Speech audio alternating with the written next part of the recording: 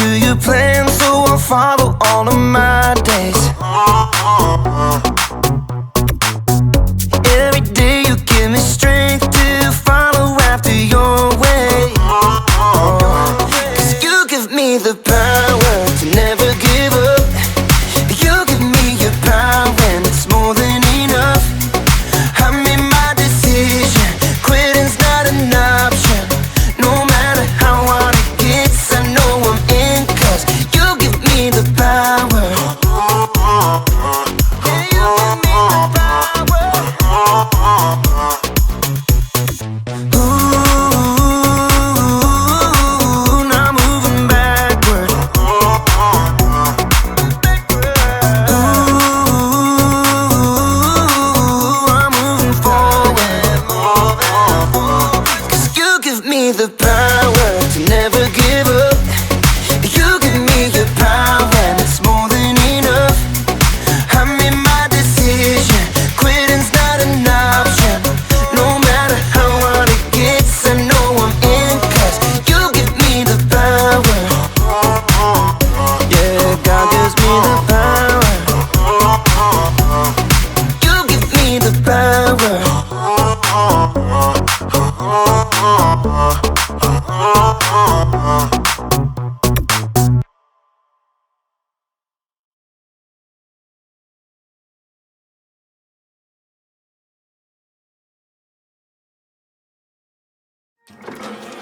Welcome to Story Lab. This week we're talking about grit, while we take a look at the story of someone whose life went from bad to good, fast enough to make your head spin. Oh, and there's this. Here goes.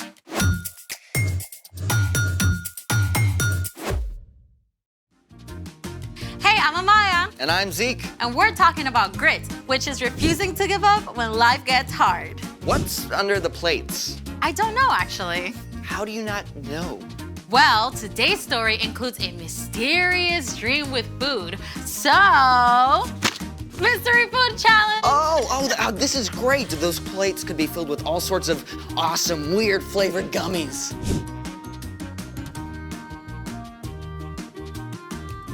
Well, I got my friend to set it up for us. You know what? Why don't you do the honors? Mystery vegetable challenge. The Mystery Vegetable Challenge. Oh, I have a bad feeling about this, all the way from my taste buds down to my stomach. Oh, come on. Vegetables can be tasty. Only with ranch dressing. Oh, do we get ranch? I don't know. Let me see. Okay, it says here that we each pick a dish, then we see who can finish eating whatever vegetable they get. I don't know. Come on, you can totally do this. Grit, remember? Can I cook mine with bacon? Just pick. Fine. Here goes.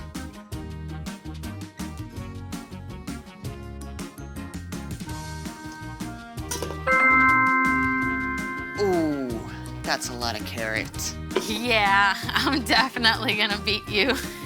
You don't even know what your veggie is yet. Yeah, but I like vegetables. They're good for you. Just pick. All right.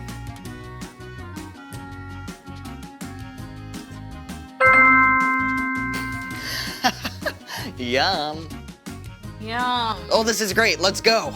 You like vegetables, right? Yeah. On your marks.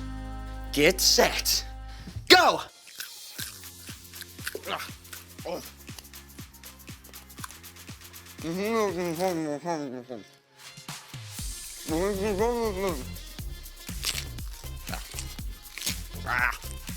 It's so yummy.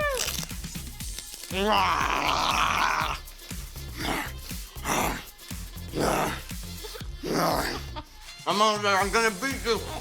Oh, I won! I won! I'm the carrot master. And I think it's time for... The story before the story. Today, we're in the very first book of the Old Testament, Genesis. God created the whole amazing world, but people turned away and broke their relationship with God. Still, God had a plan. God called Abraham and Sarah and promised to bless the whole world through their family line. One of Abraham's great-grandkids, Joseph, was sold into slavery in Egypt by his own brothers and then thrown in prison even though he done nothing wrong. But even there, God was with him, and Joseph didn't give up. That's where our story starts. Take it away, Brian. Hey everyone! Well, we are at the bottom of the roller coaster in Joseph's life. Let's find out if it gets any better. During his time in prison, Joseph had interpreted the dream of Pharaoh's drink taster and asked the man to put in a good word for him, remember? But the drink taster forgot until 2 years later when Pharaoh called his advisors together. I had 2 dreams last night. Who can tell me what they mean? No one could help Pharaoh until the drink taster, finally remembered Joseph. Pharaoh called for Joseph at once. Now, it must have been a serious shock to be pulled out of prison after so many years and marched straight into the palace. I've heard you can tell what dreams mean. Oh, I can't do it. But God will give the answer. I saw 7 fat cows come out of the river, but then 7 thin, ugly cows came up after and ate the fat cows. After that, I dreamed about 7 full heads of grain on a stem. 7 weak, thin heads grew up after them and swallowed up the 7 good heads. God has shown you what will happen. 7 good years with plenty of food are coming, but then 7 years without enough food will follow. Pharaoh should look for a wise, understanding man to take charge and store some of the food in the good years so there will be food to use later. God has made all this known to you. I'm putting you in charge of the whole land of Egypt. Think about it. It had been years from the time Joseph's brothers sold him until he was taken out of prison. And then, in a single morning, he was made second in command of the whole land of Egypt. Joseph traveled all over Egypt and helped to store up grain during the 7 plentiful years. And when the years of hunger began, Pharaoh sent everyone to Joseph to buy food.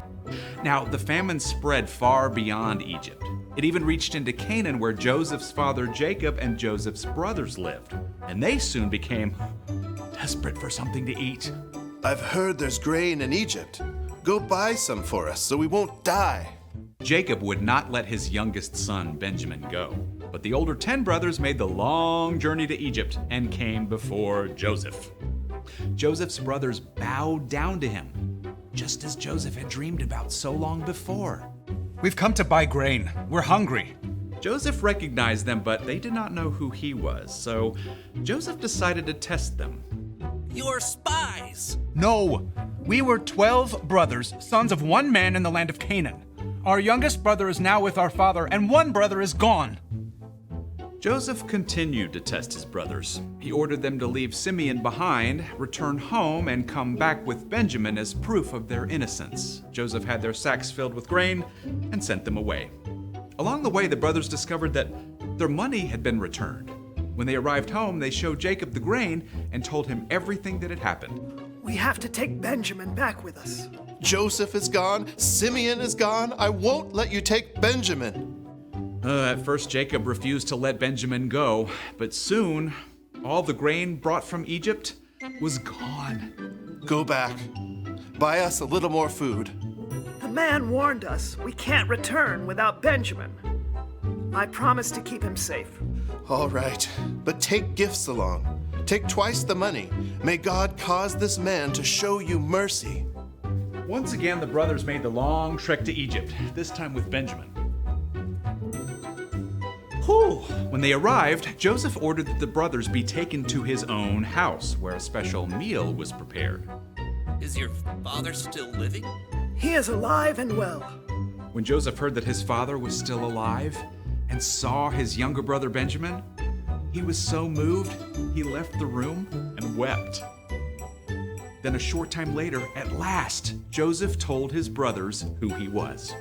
I am your brother Joseph, the one you sold into Egypt. But don't be angry with yourselves. God sent me ahead of you to save many lives. Then Joseph hugged his brothers and wept. He forgave them. He told them to return to Canaan and bring Jacob and the rest of the families to live in Egypt where they would have enough food, and that's exactly what happened. Joseph's entire family packed up and traveled to Egypt. Joseph finally saw his father Jacob again. The whole family settled in a place called Goshen and had enough to eat through the rest of the famine.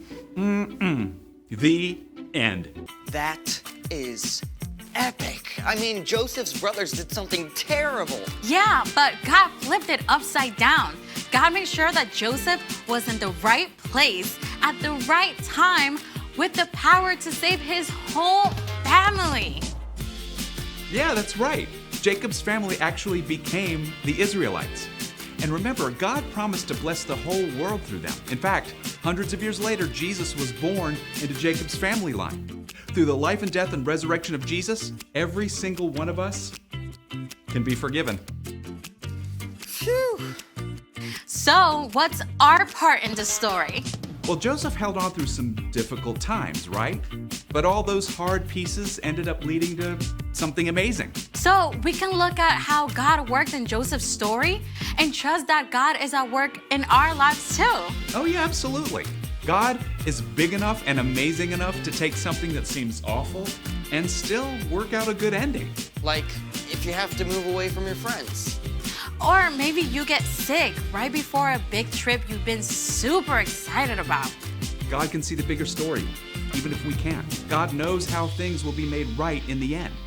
Yeah, we might just have to wait a little longer than we like. You know what? I think you two got it. See you next time. So here's the thing. Hold on, because there's a bigger story, and that can give you grit. You really don't have to finish that. Oh, you bet I am, because the bigger story for this broccoli is sauteed with some bacon. Well, we can't finish without finding out what's in the last dish. Oh, go for it.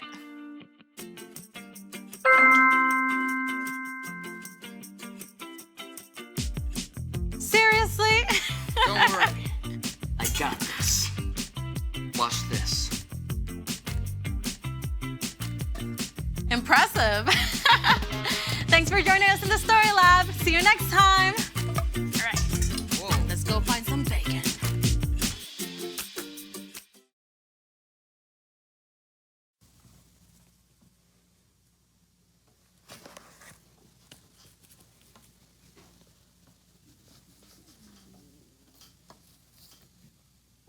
Do you know what this means? This is important. Do you know what this means?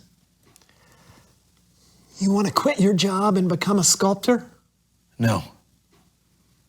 You're going to hit me in the face with that. No.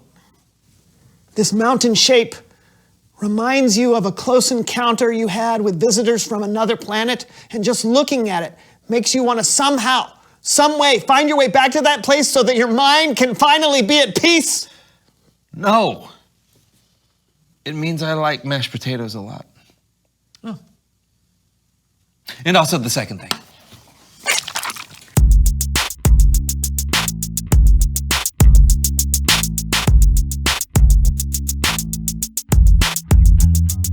And that's how I got rid of the squirrel smell. It was that easy. Oh, hey, everybody, I'm John. And I'm Brandon. And this is the So-and-So Show. Hey, today we've got a very special game to play. John!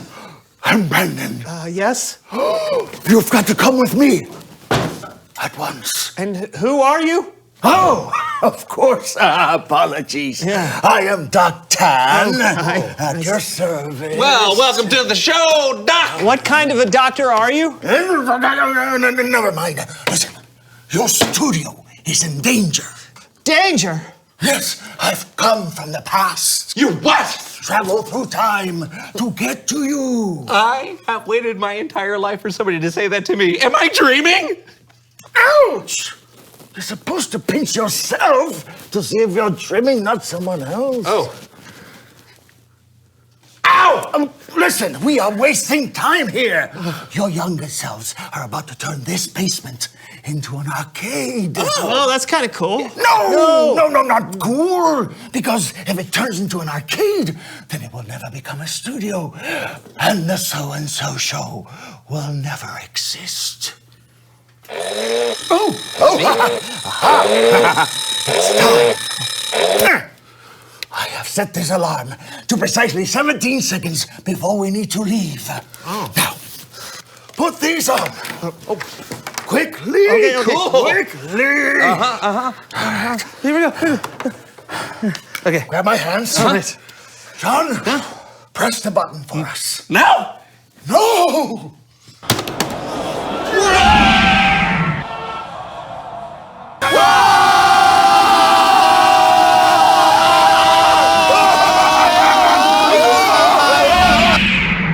The John and Brandon Show, episode 1, take 1, marker. Okay, go. You're supposed to say action. Oh, I didn't know that. Action. Not now, John. We've already ruined this take. Oh, so start over? Yeah, here, let me do it.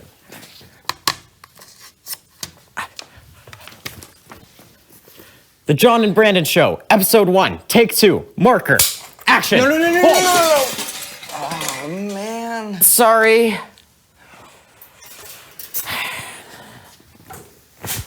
What are we doing, Brandon? We don't know anything about making a show. I know, but I thought it would be fun to make your basement into a studio. Yeah, but it's too hard. Let's try something else, something easy. Like an arcade? Like an arcade.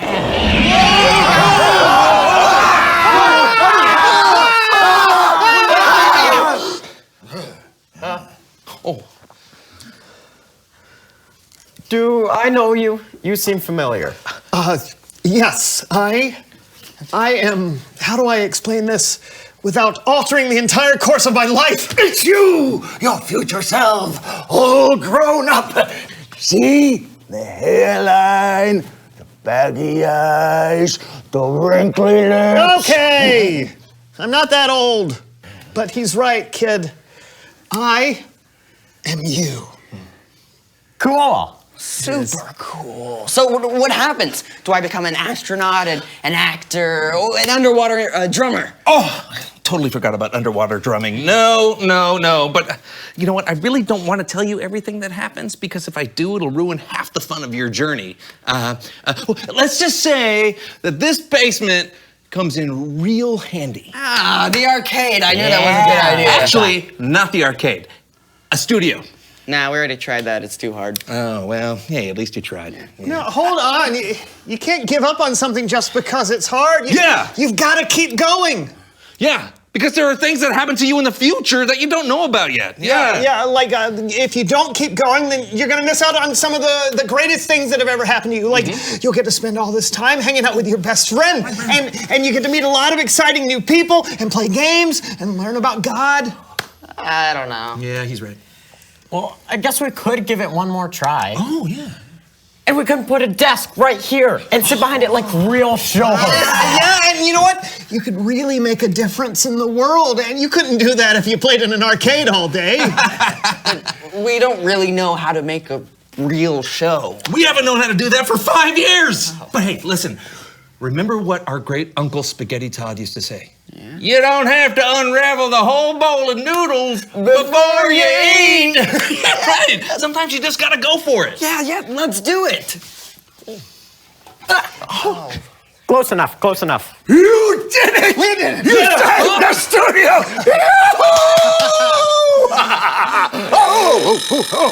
Jumping jackrabbits! It's time. We have to return you to the future! Okay. Well, John, you know what to do. Yeah.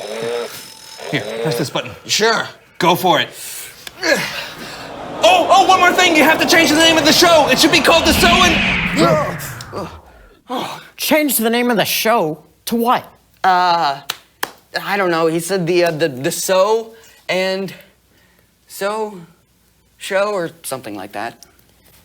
We'll just use that as a placeholder. Yeah, until we get something way better.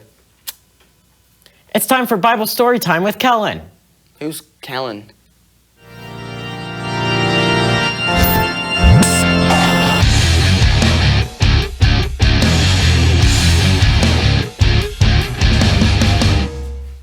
Hey, Hey guys. Listen, unfortunately, something has come up and I can't be with you all today, but don't worry, everything's fine. And I don't want to leave you all high and dry. So I asked my good friend Cameron and he's going to take over for me today. All right? Take it away, Cameron. Hey, how's it going? Oh, it's going good. Yeah, we just time traveled and saved the show, so pretty good day. What about you, Cameron? Just getting ready for another awesome Bible story. You guys ready? Absolutely. Today, we're learning more about Joseph, whose story is written down in the book of Genesis. Joseph was born into a big family. He had 10 older brothers. His father, Jacob, loved Joseph more than his brothers and treated him extra special. He gave Joseph a beautiful, expensive coat with many colors. Joseph had dreams that one day, his older brothers would bow down to him. So his brothers became angry and jealous of Joseph. One day they teamed up against him, took him away and sold him into slavery to some traders headed for Egypt. Joseph's brothers let their father believe Joseph had been eaten by a wild animal. While he was enslaved, Joseph was accused of something that he didn't do, and he was thrown into prison. Joseph spent years in prison, forgotten and alone. One person who forgot about Joseph was the Egyptian King Pharaoh's chief wine taster. He'd been in prison with Joseph, and Joseph had told him what his dreams meant. But when the wine taster went back to work for the Pharaoh, he forgot all about Joseph until 2 years later. Pharaoh himself wanted someone to tell him what his dreams meant. The wine taster finally remembered, and so Joseph was brought to Pharaoh. Joseph, I've heard that when you hear a dream, you can explain it. I can't do it, but God will give Pharaoh the answer he wants. Pharaoh told Joseph his dreams, one about cows and one about grain. And with God's help, Joseph told Pharaoh what his dreams meant. God has shown you what will happen. 7 good years with plenty of food are coming, but then 7 years without enough food will follow. Pharaoh should look for a wise, understanding man to take charge and store some of the food in the good years so there will be food to use later. God has made all this known to you? I'm putting you in charge of the whole land of Egypt. Pharaoh gave Joseph the royal ring that he was wearing. He put fine robes around him. He gave Joseph a chariot to ride and made Joseph the second in command. Joseph traveled all throughout Egypt and helped to store grain during the 7 plentiful years. Then, the 7 years of famine, when the land didn't produce any food, began. The famine stretched to all the surrounding lands too. And everyone who was hungry came to Joseph to buy food, including Joseph's brothers. His 10 older brothers traveled from their homeland far away. They bowed down to him just like Joseph dreamed they would. Joseph recognized his brothers, but they did not recognize him, so he pretended to be a stranger. Where do you come from? The land of Canaan. We've come to buy food. You are spies! No, sir. We are all brothers. We've come to buy food. Joseph didn't reveal himself, but he gave his brothers food. And he told them that if they ever came back, they had to bring their youngest brother, Benjamin. When they ran out of food again, they brought Benjamin back to Egypt, this time to Joseph's own house. When he saw his brother Benjamin, Joseph could no longer keep his secret hidden. I am your brother, Joseph, who you sold into Egypt. Don't be upset, and don't be angry with yourselves because you sold me here. God sent me ahead of you to save many lives. He made me like a father to Pharaoh and a ruler of Egypt. Now, go back to my father and tell him everything. Then Joseph hugged each of his brothers and cried over them. Pharaoh set aside the best land in Egypt for Joseph's family. Joseph was finally reunited with his father, and Joseph was able to provide for all his family. Joseph had some very hard times. It would have been easy for him to give up, but he held on, and God worked out even the worst circumstances for good. In the end, Joseph forgave his brothers and saved their lives. Even when Joseph couldn't see it, God was with Joseph. Joseph could only see his story in parts while he was living it. God could see the bigger story. Whoa. My thoughts exactly. I mean, Joseph's brothers were terrible to him. Yeah, they were. But Joseph didn't give up. God was able to make something good come out of something bad. You know, God's pretty amazing at turning things around. Totally. Great story, Cameron. Bye. Anytime. See ya.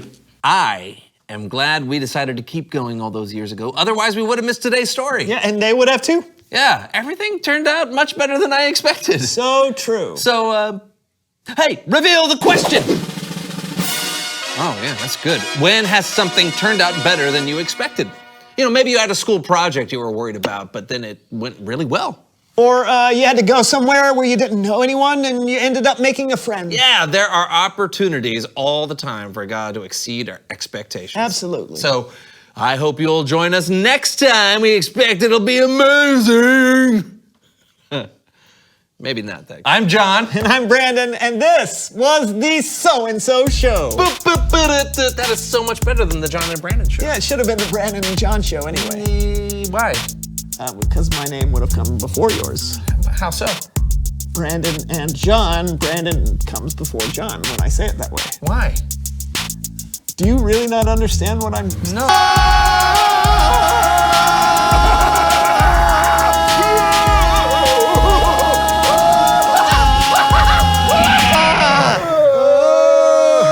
Hey! Oh. Oh. Hey! You! That one looks like you. What? That one looks like you. No, I don't see a sheep. So we're still doing this. Hey. Oh, man.